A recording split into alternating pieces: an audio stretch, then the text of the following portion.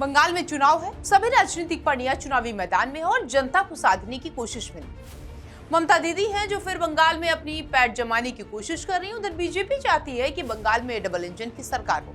इसी कड़ी में बीजेपी के तमाम दिग्गज पश्चिम बंगाल की सरजमी पर पहुंच रहे हैं। इसी कड़ी में यूपी के मुखिया योगी आदित्यनाथ भी पहुंचे और जनता को साध रहे हैं, साथ में ममता को आड़े हाथ भी ले रहे हैं। दरअसल पश्चिम बंगाल में चुनाव अपने रंग में पहुंच चुका है। एक बार फिर बीजेपी इस पूरे जोर शोर के साथ जीत का दावा कर रही है, साथ ही ताबड़तोड़ रैलियों को अंजाम भी दे रही है। तो वहीं ममता बनर्जी की पार्टी भी बीजेपी को कड़ा मुकाबला देने को तैयार है। दोनों पार्टियां मतदाताओं को साधने में जुटी हुई हैं। सीएम योगी ने कहा है कि यूपी में अब हालत बदल गए, न कर्फ्यू है न दंगा है, यूपी में सब कुछ ठीक ठाक है। यूपी में अब उपद्रव नहीं होते हैं, उत्सव होते हैं। बंगाल में राम का नाम लेने से दीदी चिढ़ती हैं, वहीं यूपी में भव्य राम मंदिर का निर्माण हो चुका है। इसके अलावा उन्होंने कहा कि ममता दीदी प्रभु श्री राम का नाम लेने पर प्रतिबंध लगाती है, लेकिन सड़कों पर इफ्तार पार्टी करवाती है। उत्तर प्रदेश में सड़कों पर नमाज नहीं पढ़ी जाती, मस्जिदों में अजान की आवाज आती है। टीएमसी का मतलब भी उन्होंने बताया। योगी आदित्यनाथ ने कहा कि टीएमसी का मतलब टेरर, माफिया राज और करप्शन है। इसे केवल डबल इंजन की सरकार ही समाप्त कर सकती है। आप देखते होंगे बंगाल में ममता दीदी को परेशानी होती है जब कोई जय श्री राम बोलता है तो राम के नाम पर ममता दीदी ने बैन कर दिया है।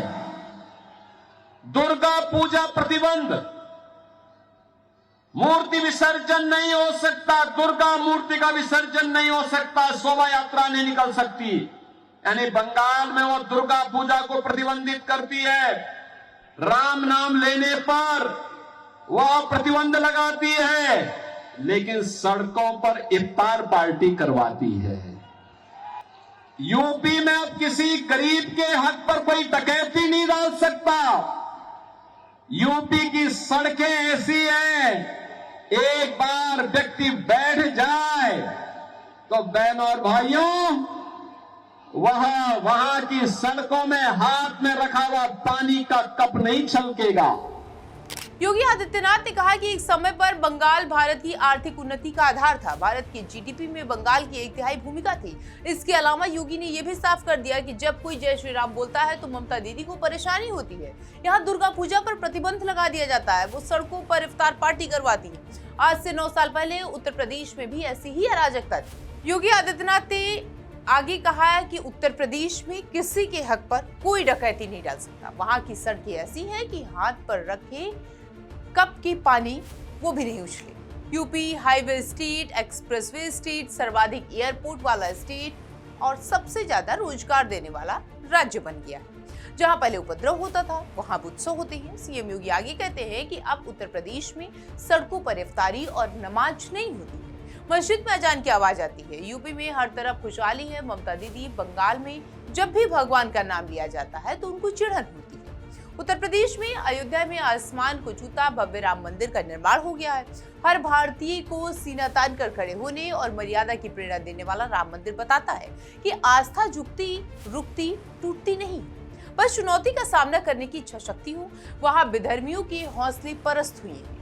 मुख्यमंत्री योगी आदित्यनाथ आगे कहते हैं कि उत्तर प्रदेश में गौहत्या, लव जिहाद, लैंड जिहाद ये सब होता था। माफिया राज करते थे, लेकिन अब उनकी हिम्मत नहीं है। माफिया और गुंडे की हिमाकत की तो बुलडोजर उनकी हड्डी पसली को चकनाचूर कर देता है।